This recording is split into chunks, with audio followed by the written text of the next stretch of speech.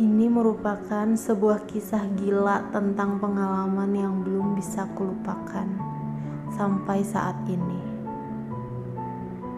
Tak pernah ada dalam benakku bisa terjebak dalam situasi yang dapat merusak kehidupan rumah tanggaku setelah menikah hampir 10 tahun. Memang dipikir secara logika saat itu adalah sebuah dari kebodohanku sendiri. Ya, bodoh untukku membiarkan semua itu terjadi begitu saja, masuk ke dalam permainan mereka, terjebak dalam belenggu perasaan yang berlarut dan semakin lama semakin bergejolak. Aku bahkan tak pernah membayangkan ada seseorang selain suamiku yang dapat mengisi sebagian dari kekosongan hari-hariku, memberi warna lain dalam hidupku. Ya, sebelum bertemu dengan Randy, sahabat suamiku. Namun, semua affair ini bukan semuanya adalah karena kesalahanku sendiri. Justru mungkin tak akan pernah terjadi jika Mas Irfan suamiku membuat sebuah kesepakatan dengan Randy yang saat itu tak ku ketahui dengan sangat pasti apa tujuannya. Untuk menguji kesetiaanku, atau ingin mengetahui di mana batas kesabaranku. Semua itu sungguh di luar nalarku. Oh ya, buat yang belum mengikuti awal kisahku sebelumnya, perkenalkan, namaku Santi. Seorang istri juga wanita karir yang bekerja di sebuah perusahaan swasta di Jakarta. Sudah 9 tahun lebih aku menjalin rumah tangga dengan Irfan suamiku. Kami tinggal di daerah Tangerang dan tiap hari harus pulang pergi Jakarta Tangerang. Di balik kesibukanku kerja dan menjadi seorang ibu dari 2 anak, terkadang ada rasa jenuh dengan semua aktivitas yang kujalani. Memang sangat wajar, mengingat belakangan ini terkadang sangat jarang kami menghabiskan waktu bersama untuk sekadar refreshing bersama anak-anak. Oh ya, kedua anak kami pun selain hari libur kami titipkan pada neneknya. Karena tak jarang kami berdua pulang sampai malam akibat terkena macet di perjalanan ataupun lembur kerjaan.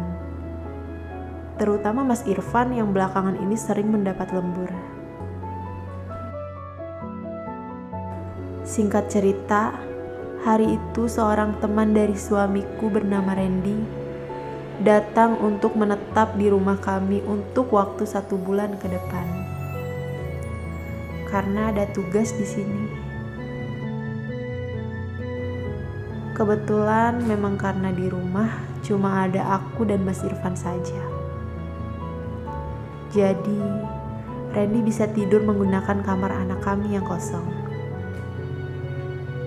Mas Irfan menjelaskan jika dirinya merasa berhutang budi pada Randy karena pernah tinggal di rumahnya ketika bekerja di Bogor. Kebetulan mereka bekerja di perusahaan yang sama ketika itu. Jadi, mungkin ini momen yang pas untuk membalas kebaikan temannya itu saat kebetulan dia ditugaskan perusahaannya untuk menyelesaikan pekerjaan di sini selama 1 bulan ke depan. Ya, hitung-hitung bisa mendapatkan uang lebih karena tak perlu menyisihkan uang untuk fasilitas menyewa hotel juga. Walaupun semua fasilitas itu sebenarnya sudah Randy dapat dari perusahaannya. Dan saran dari Mas Irfan, semua itu bisa diakali dengan menginap di rumah kami.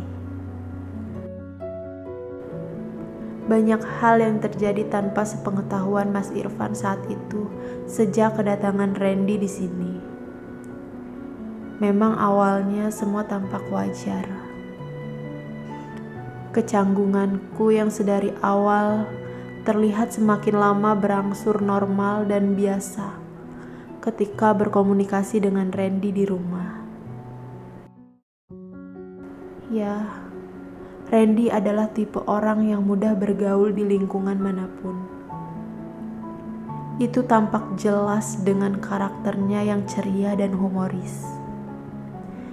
Dia seolah tak canggung ketika sedikit mencandaiku saat mengobrol. Lambat laun, kita pun jadi sering mengobrol dan lebih akrab. Semua itu tentu saja dengan sepengetahuan Mas Irfan, suamiku.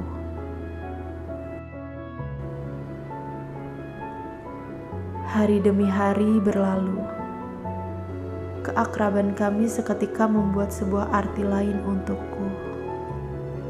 Aku merasa Randy kini mulai sedikit lebih memperhatikanku. Selalu menawarkan diri untuk menjemputku pulang atau sekedar mengajakku makan siang ketika jam istirahat kantor. Pekerjaan Randy memang lebih fleksibel. Terkadang dia menyempatkan diri datang hanya untuk membawakanku makan siang. Memang tak jarang aku mencoba menolak tawarannya karena merasa tak enak. Aku merasa harus ada jarak yang tetap dipertahankan. Beberapa batasan yang ingin ku buat guna menghindari hal-hal yang bisa merusak hubunganku, hubungan rumah tangga masing-masing. Tentu saja, aku dan Randy sudah mempunyai keluarga kecil kami sendiri. Dan terlebih, aku adalah seorang istri dari Mas Irfan, sahabat dekatnya.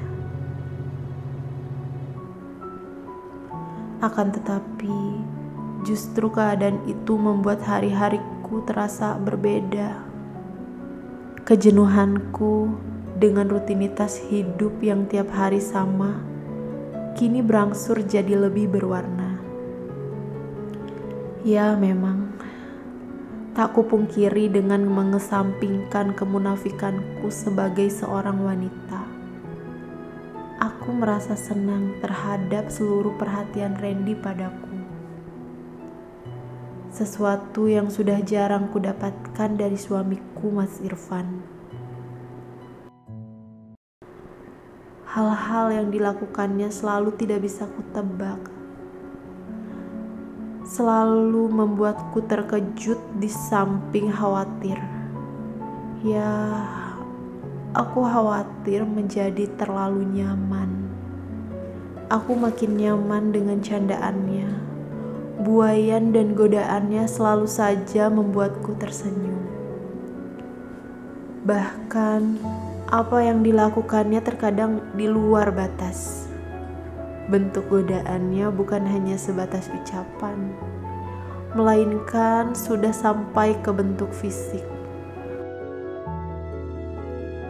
Pernah suatu hari Randy menyempatkan datang ke kantorku hanya untuk mengajakku makan siang.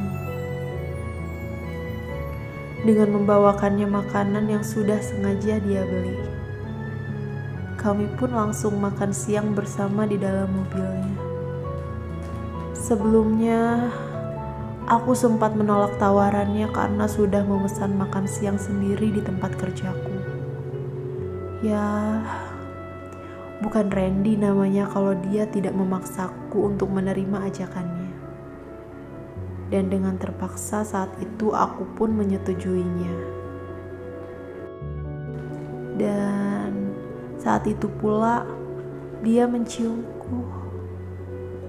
Yang sebelumnya keningku, kini bibirku. Tapi kesadaranku entah kenapa membuatku khawatir dan takut. Semakin liar ciumannya, seakan membuatku hilang kesadaran dan lupa diri. Namun, sesaat sebelum itu terjadi, aku pun menamparnya dan memakinya hingga langsung pergi meninggalkan Randy untuk menuju tempat kerjaku kembali. Dia sudah mulai gila dan di luar batas, pikirku saat itu. Akan tetapi, setelah kejadian itu sekalipun, entah kenapa aku tak pernah membenci Randy. Kekesalanku padanya dikalahkan rasa iba dan kasihan padanya. Randy pernah bercerita apabila rumah tangganya sudah tak harmonis belakangan ini. Alasan itu pula yang membuat dia tanpa ragu menerima tawaran bertugas di luar kota, walaupun hanya 1 bulan, sebagai pelarian. Dan apakah aku cuma pelampiasan dari rasa jenuhnya? Menanggapi itu, responku di matanya mungkin seolah mengiyakan. Memang tak ada bantahan apapun dariku, atau sekedar memberi penjelasan apa yang benar dan harus kulakukan. Walaupun sampai saat ini aku belum pernah diuji untuk melakukan perselingkuhan ataupun diselingkuhi oleh Mas Irfan. Tapi aku paham apa dampak untuk kedepannya. Jelas di samping semua itu hanya sebatas anganku saja. Lalu bagaimana bisa aku membenarkan ideologi yang sudah jelas salah? Perasaan telah mengalahkan logika. Kebenaran sudah menjadi bias di mataku.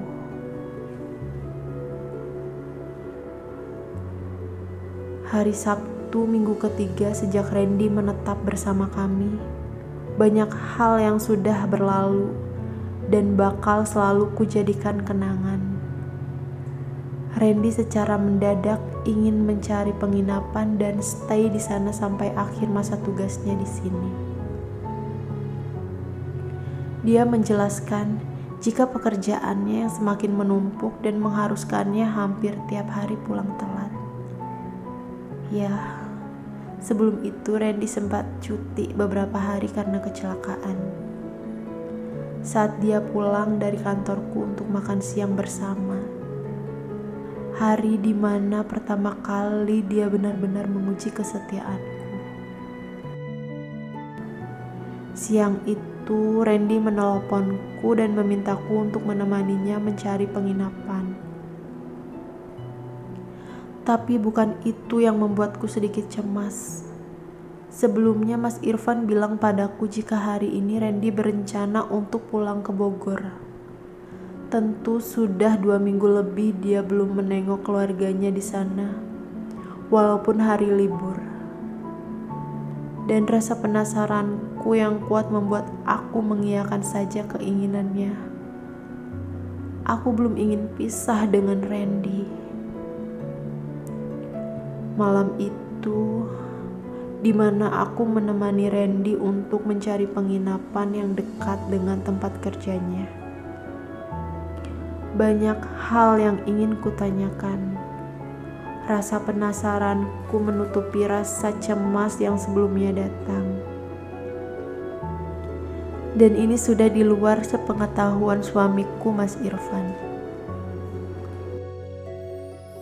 Setelah jalan-jalan untuk mencari hiburan, aku diajaknya beristirahat di kamar tempat dia menginap. Tak kusangka, bahkan dia sudah menyiapkan sebuah kejutan untukku malam itu. Sebuah kalung dengan ukiran inisial namaku tertulis di sana. Dan tak sampai di situ juga, dia kembali memainkan perannya sebagai sesosok lelaki yang begitu kuidamkan. Sosok lelaki yang selalu ada di mimpiku, membuatku tersenyum dengan candaannya, serta menggodaku dengan rayuannya. Dan aku seolah terbuai begitu saja. Dia mulai mencumbuku, menciumku, dan menggerayangiku. Sempat aku mencoba menolak dan menghentikannya. Tapi semua itu sebatas rintihan semata. Jelas bukan hal yang mudah mengontrol nafsuku yang mulai bergejolak. Di satu sisi aku takut, tapi di sisi lain aku menikmatinya. Sudah terlambatkah untukku untuk mengulang waktu? Apakah aku menyesal?